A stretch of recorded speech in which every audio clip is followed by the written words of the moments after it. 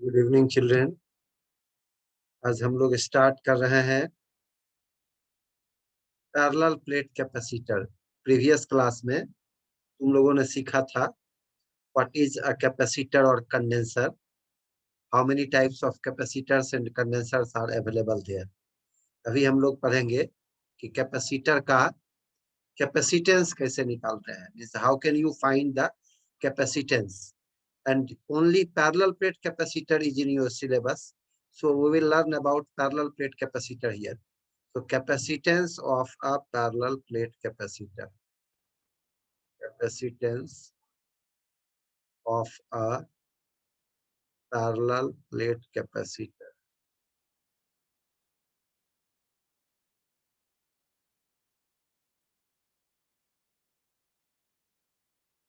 तुम्हें पता है पैरेलल प्लेट कैपेसिटर में क्या होता है? It has two conducting plates placed parallel to each other. Two conducting plates placed parallel to each other. Suppose these are two conducting plates placed parallel to each other, of which one plate, suppose this plate is connected to the earth. This plate is connected to the earth. अब ये अर्थ से connected plate है। तो अर्थ से connected plate को हम लोग क्या बोलते हैं? Condensing plate. और जो दूसरा प्लेट होता है उसको बोलते हैं कलेक्टिंग प्लेट। दोनों प्लेट का एरिया देखो ए है, इस पर मान लो तुमने प्लस क्यू चार्ज डाल दिया, यहाँ इंड्यूस किया माइनस क्यू चार्ज, और दोनों प्लेट के बीच का जो डिस्टेंस है इसको हम लोग मान ले रहे हैं डी। दोनों प्लेट के बीच का जो डिस्टेंस है इस वैल्यू को हम लोग डी मान ले रहे हैं। ये वैल्यू हो गया डी, ये वैल्यू हो गया डी। ठीक है। अब जैसे ही इस पर पॉजिटिव चार्ज रखोगे, इधर नेगेटिव चार्ज इंड्यूस होगा, तो पॉजिटिव चार्ज इधर आया और इधर नेगेटिव चार्ज आया, तो दोनों ही प्लेट जो है वो चार्ज शीट की तरह बिहेव करेगा। तुम्हें पता है चार्ज शीट के कारण इलेक्ट्रिक फील्ड यूनिफॉर्म होता है, और पॉजिटिव चार्ज से इलेक्ट्रिक फील्ड अवे होता है, और नेगेटिव चार्ज की ओर इलेक्ट्रिक फील्ड होता है। तो यहाँ पॉजिटिव चार्ज शीट ये हो गया, नेगेटिव चार्ज शीट ये हो गया, तो इलेक्ट्रिक फील्ड जो होगा पॉजिटिव से नेगेटिव चार्ज शीट की तरफ, ये इलेक्ट्रिक फील्ड हो जाएगा, और ये इलेक्ट्रिक फील्ड यूनिफॉर्म होगा। इसका वैल्यू जो होगा यह क्या होगा? यूनिफॉर्म होगा। इस यूनिफॉर्म इलेक्ट्रिक फील्ड का वैल्यू हम लोग मान लेते हैं ई नॉट, विदाउट। अब इसी चीज को डिटेल्स में हम लोग लिख दे रहे हैं यहाँ। let us consider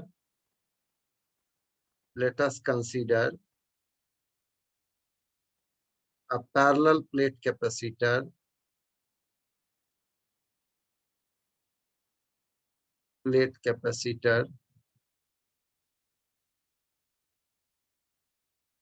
of plate area A। Parallel plate capacitor को प्लेट एरिया और separation of the two plate से डिफाइन करते हैं। Plate area A and separation D.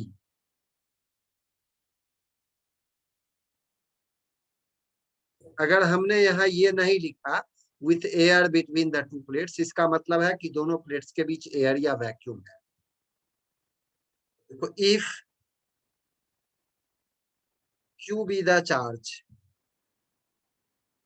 On the capacitor, तुम्हें याद होगा बताया गया था चार्ज ऑन द कैपेसिटर का मतलब charge on the positive plate of capacitor, मतलब इस पॉजिटिव प्लेट ऑफ कैपेसिटर पर जो चार्ज है इसी को हम लोग चार्ज ऑन द कैपेसिटर बोलते हैं। तो if Q be the charge on the capacitor, then electric field set up in the free space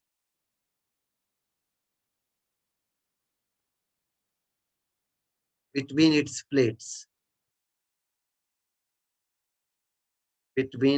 plates is E not. इसका वैल्यू होता है सिग्मा बाय 2 एप्सिलॉन नोट। ये सिग्मा बाय 2 एप्सिलॉन नोट किसके कारण हुआ? प्लस क्यू के कारण। और माइनस क्यू के कारण भी सिग्मा बाय 2 एप्सिलॉन नोट, क्योंकि तुम्हें याद है हम लोगों ने पढ़ा था गॉस लॉ के एप्लीकेशन में कि electric field between two charge sheet placed parallel to each other, मतलब दो पैरेलल चार्ज शीट के बीच में इलेक्ट्रिक फील्ड, इसके इस साइड इलेक्ट्रिक फील्ड और इसके इस साइड इलेक्ट्रिक फील्ड, याद है? तो वही हम लोग यहाँ पढ़ रहे हैं सिग्मा बाय 2 एप्सिलॉन नोट, और फिर इसका भी वैल्यू हो गया sigma bye 2 epsilon note.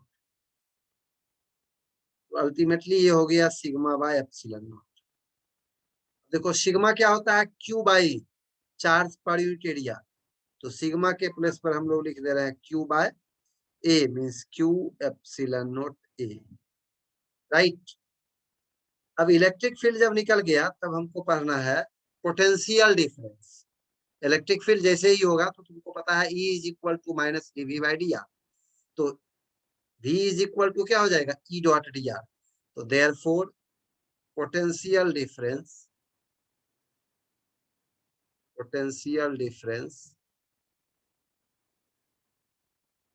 Developed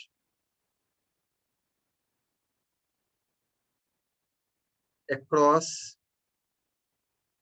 two plates of the capacitor, two plates of the capacitor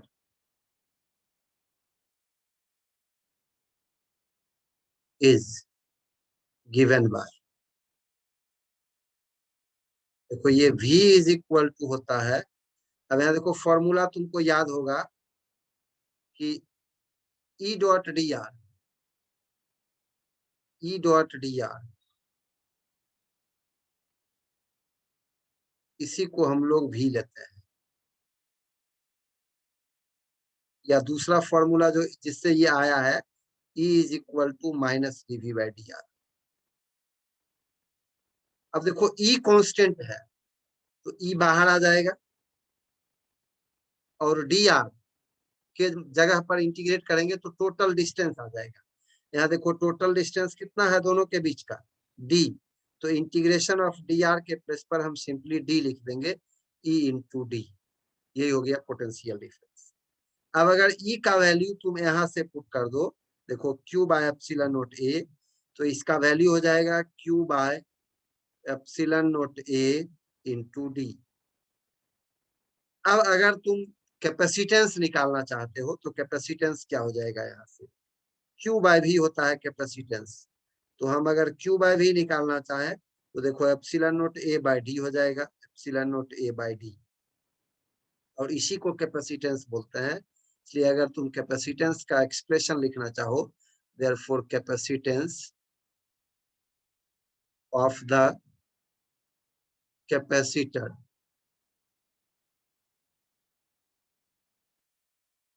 is, तो ये हो जाएगा C naught is equal to Q by V।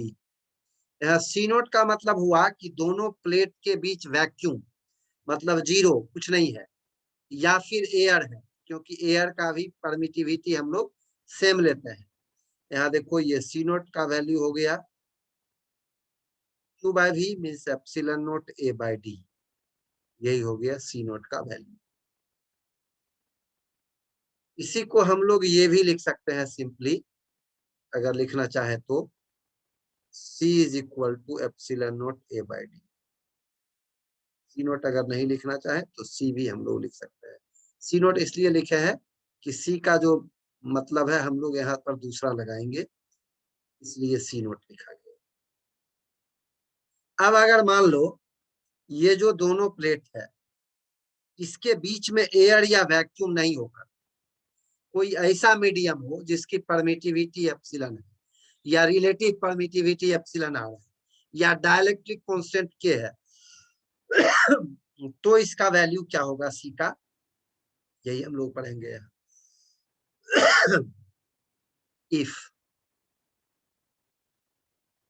if K be the dielectric constant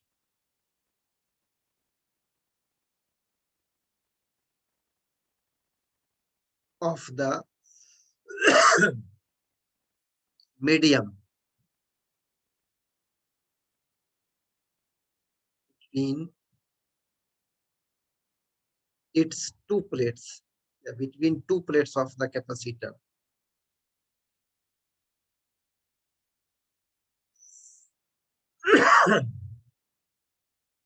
Of the capacitor. Then तो ये C is equal to हो जाएगा K epsilon not A by D।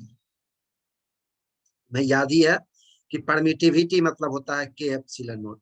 अगर K के प्लेस पर एप्सिलॉन R लिखा हुआ है तो हम इसको epsilon not epsilon R A by D भी कह सकते हैं।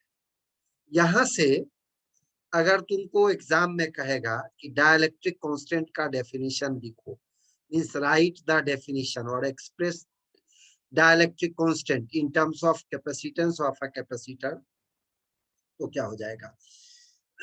We have C by C naught is equal to K, मतलब ratio of capacitance of a parallel plate capacitor with dielectrics between its plates to that without dielectrics is K। इसी के रूप में हम लोग इसको डिफाइन कर सकते हैं। ठीक, कोई डाउट भी है? No sir. इसके बाद जब हम पैरेलल प्लेट कैपेसिटर का ये पढ़ चुके तो तुमको पढ़ना है बिहेवियर ऑफ डाइलेक्ट्रिक्स या behaviour of conductors in uniform electric field. तो अभी हम लोग पहले पढ़ रहे हैं behaviour of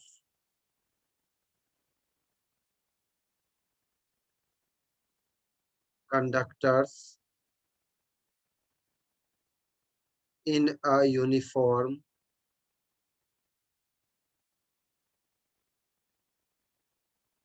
electric field. Behavior of a conductor in a uniform electric field.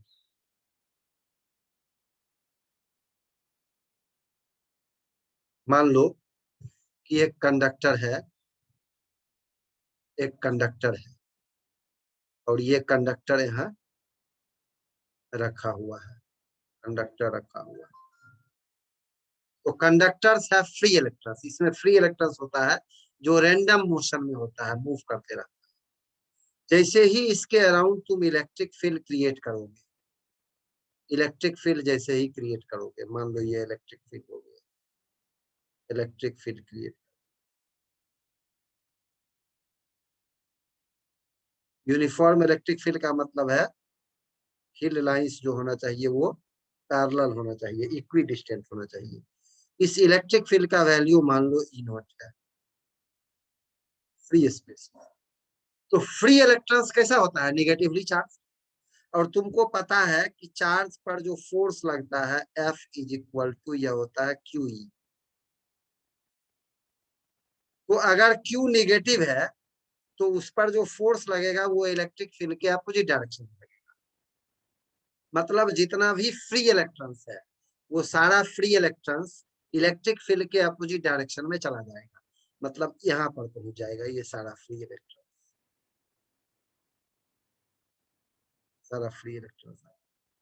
तो ये जो सरफेस है यह हो गया फ्री इलेक्ट्रॉन्स का असेंबलिंग यहाँ पर, और इधर से फ्री इलेक्ट्रॉन्स इधर की ओर चला गया तो इस साइड क्या हो जाएगा? डेफिशिएंसी ऑफ इलेक्ट्रॉन्स, मतलब ये पॉजिटिव चार्ज हो गया।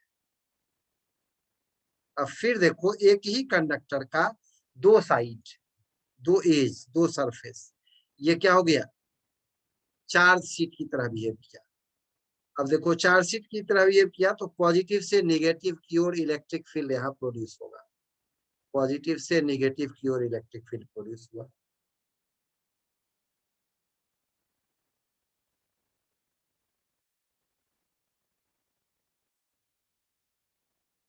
ये जो इलेक्ट्रिक फील्ड ई होता है इसको हम लोग बोलते हैं इंड्यूस्ड इलेक्ट्रिक फील्ड या electric field due to polarization, EP. और ये एक्सपेरिमेंटली देखा गया है कि ईपी का वैल्यू ई नोट के वैल्यू को इक्वल होता है, मतलब ईपी और ई नोट जो है ये इक्वल होता है, ईपी और ई नोट का जो मैग्नीट्यूड होता है ये इक्वल होता है, लेकिन डायरेक्शन अपोजिट है। इसलिए अगर ईपी और ई नोट का वेक्टर सम तुम लोगे तो ये 0 होगा, 0 होगा। ये net electric field inside the conductor जो होता है, इसका वैल्यू क्या हो जाता है, 0। Net electric field inside the conductor मतलब ई इनसाइड, ये 0 होता है। तो electric field inside a conductor in uniform electric field is always 0।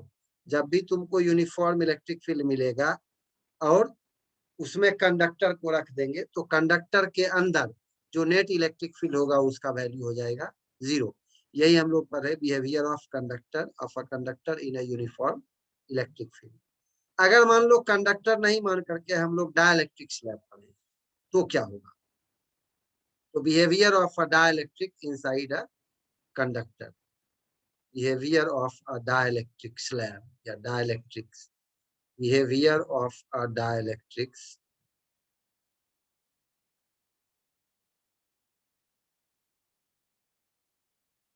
Dielectrics को हम लोग डाइलेक्ट्रिक स्लैब भी बोलते हैं in a uniform electric field.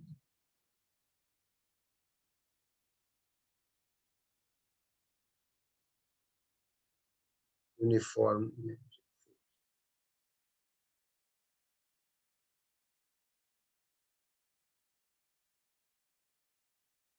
जैसे मान लो कि एक डाइलेक्ट्रिक मीडियम है, ये एक डाइलेक्ट्रिक मीडियम है। डाइलेक्ट्रिक मीडियम दो तरह का होता है।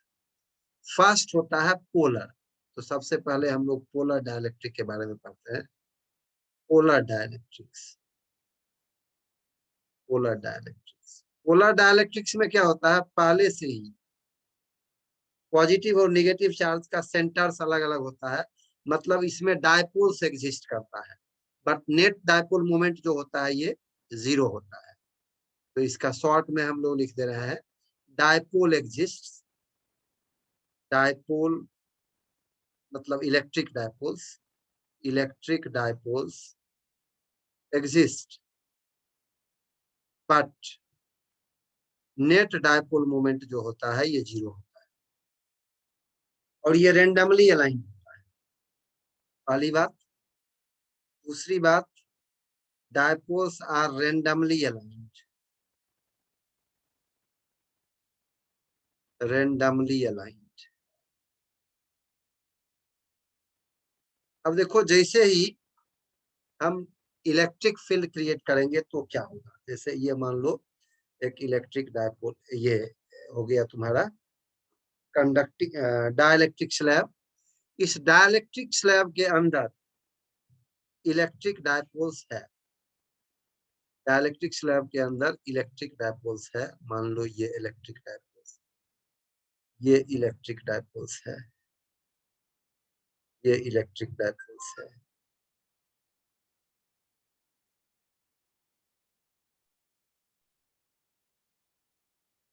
आवाज जा रही है? Hello, yes sir. हाँ सर। स्क्रीन भी दिख रहा है? हाँ sir. Yes sir. Yes sir. But मेरे यहाँ स्क्रीन थोड़ा डार्क दिख रहा है।